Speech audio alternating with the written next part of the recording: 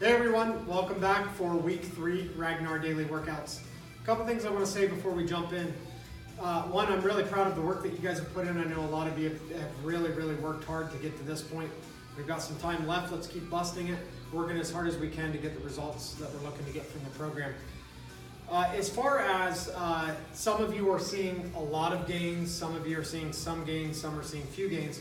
One of the things I want to encourage you to do is I want to encourage you to increase your protein intake. We really want to see you having a gram of protein per lean body weight. So if you're 200 pounds, your goal weight's 170, I want to see you eating 170 grams of protein each day, split up into chunks of 20 to 40 grams. Don't go get 170 all at once, do 20 to 40 in each setting. As you're doing it, keep fueling your muscles for growth. That's really at the crux of what we're doing here. We're trying to burn lean or gain lean muscles so that when we're in our resting phase, we can burn 2 times the calorie, decrease body fat. Just FYI, we burn 70% of the calories at our resting phase, not during our workout. So it's really important that we're building these muscles, regardless of whether we're male or female. We need to make sure that we're doing that so we can get that, maximize that process during that 70% of our rest phase. The other one is I want to see you guys increase weight. Really go hard on our hard workout, our heavy workout of the day.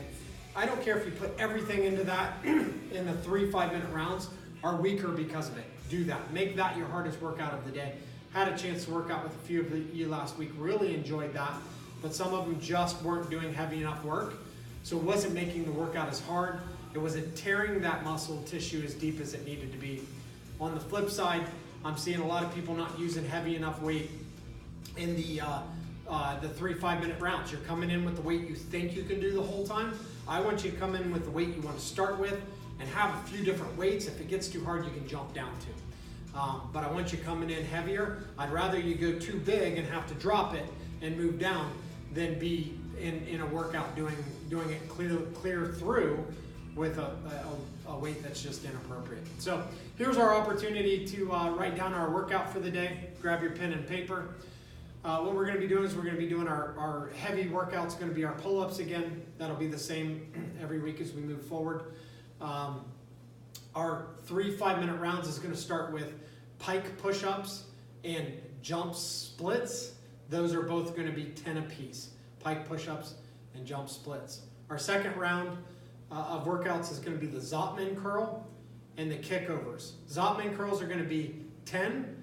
Kickovers are going to be 20. It's going to be a single leg movement, so we're going to get 10 each leg. So 20 on the kickovers, 10 on the Zotman curl. Our third and final round will be typewriter pull-ups and marsupial hops. Both will be 10 apiece. I'm going to give you an example of all these workouts and then we'll go hit it hard. First up, we've got a pike push-up.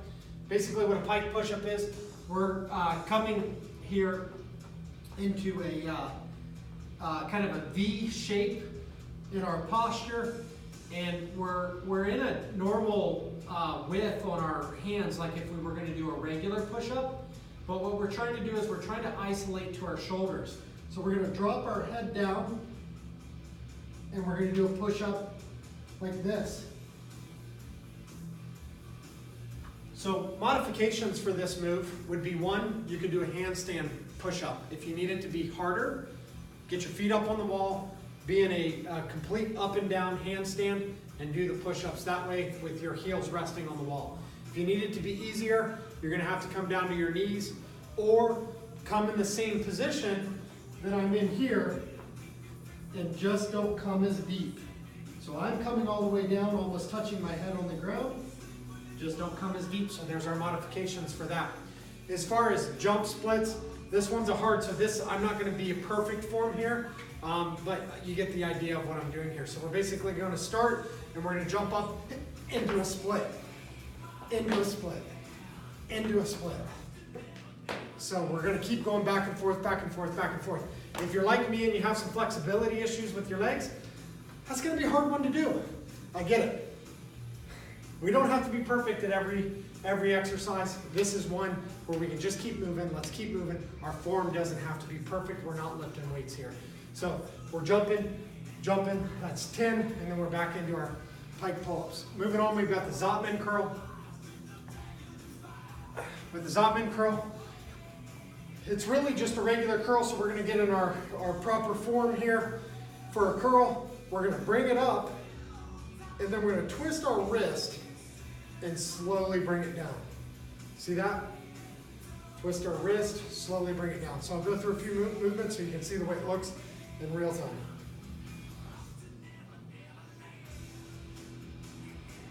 Okay? So that's the Zottman curl. We're gonna run through 10 of those. So you go 5 each arm. Try to go a little heavier on the weight. We are only doing 5 each arm. And then we're jumping over to kickovers. Find something stationary that'll keep you from being able to cheat too much. A chair is a good one. I think a lot of you will find that you're actually kicking a little high. So the chair, I don't even use one, but I want to make sure that you don't cheat too much. What we're going to do is we're going to stand behind the chair, swing one leg over, and then we're going to swing the other one that way. I don't care if you do it, swing both legs and then swing them back. I don't care if you swing them this way. I don't care. Just swing them over the chair, get them up high, swing over kicks, move as fast as you can through that movement. You're going to swing one leg, that's 1. Another leg, that's 2. We're going to 20. Next, we've got the typewriter pull-up. Most of you will not be able to do the typewriter pull-up. Some of you will. If you can, I want you to do it this way. I'll show you a modification in a second. We're going to come into a regular pull-up. Once we get up to the top, we're going to swing our body from side to side like a typewriter, the movement of a typewriter. And that's what we're looking to do here. So I'm going to show you the move.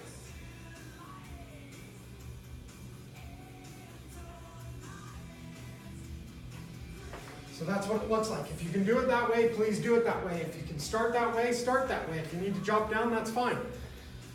I know many of you will be here and you'll need light weights with this because we're really working on the shoulders and you may not have a lot of shoulder strength. That's fine. Come here, same position as if you were in a pull-up, pulled up in the pull-up stage, and we're going to swing both arms the same way. Trying to control that as well as we can. Okay, so that's our movement. This is 1, 2. Okay, we're going to 10 on those.